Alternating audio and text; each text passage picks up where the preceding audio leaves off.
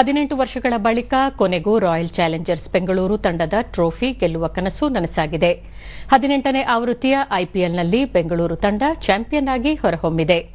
ಅಹಮದಾಬಾದ್ನ ನರೇಂದ್ರ ಮೋದಿ ಕ್ರೀಡಾಂಗಣದಲ್ಲಿ ನಡೆದ ಫೈನಲ್ ಪಂದ್ಯದಲ್ಲಿ ಟಾಸ್ ಸೋತು ಮೊದಲು ಬ್ಯಾಟ್ ಮಾಡಿದ ಆರ್ಸಿಬಿ ನಿಗದಿತ 20 ಓವರ್ಗಳಲ್ಲಿ 9 ವಿಕೆಟ್ ನಷ್ಟಕ್ಕೆ 191 ರನ್ ಕಲೆ ಹಾಕಿತು.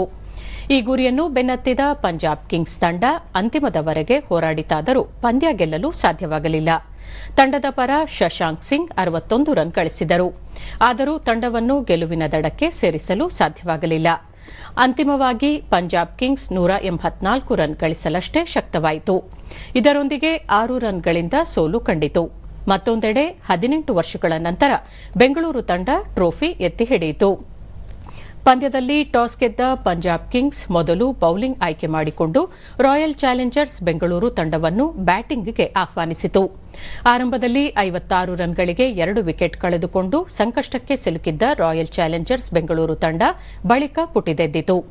Virat Kohli 43 run, Mayank Agarwal 24 run, Rajat Patidar 26, Liam Livingstone 25, Jitesh Sharma 24 ಮತ್ತು ರೊಮಾರಿಯೋ ಶೆಫರ್ಡ್ ಅವರ 17 ರನ್ಗಳ ನೆರವಿನಿಂದ 191 ರನ್ ಕಲೆ ಹಾಕಿತು.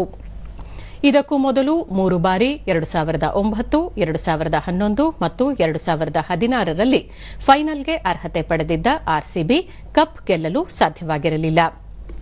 ಈ 3 ಫೈನಲ್ ಕದನದಲ್ಲಿ Deccan chargers, Chennai super kings ಮತ್ತು ಸನ್ರೈಸರ್ಸ್ ಹೈದರಾಬಾದ್ ವಿರುದ್ಧ ಸೋತು ರನ್ನರ್ ಅಪ್ ಆಗಿತ್ತು. 9 ವರ್ಷಗಳ ನಂತರ ಮತ್ತೆ ಫೈನಲ್ಗೆ ತಲುಪಿದ ಆರ್ಸಿಬಿ ಅಂತಿಮವಾಗಿ ಕಪ್ ಎತ್ತಿ ಹಿಡಿದಿದೆ. ಮತ್ತೊಂದೆಡೆ 11 ವರ್ಷಗಳ ನಂತರ ಐಪಿಎಲ್ ಫೈನಲ್ಗೆ ತಲುಪಿದ ಪಂಜಾಬ್ ಕಿಂಗ್ಸ್ ತಂಡಕ್ಕೆ ಮತ್ತೊಮ್ಮೆ ನಿರಾಸೆ ಮೂಡಿದೆ.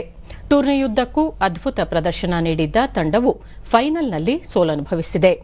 ಆರ್ಸಿಬಿ ತಂಡ ಪಂದ್ಯವನ್ನು ಗೆಲ್ಲುತ್ತಿದ್ದಂತೆ ವಿರಾಟ್ ಕೊಹ್ಲಿ ಭಾವುಕರಾದರು.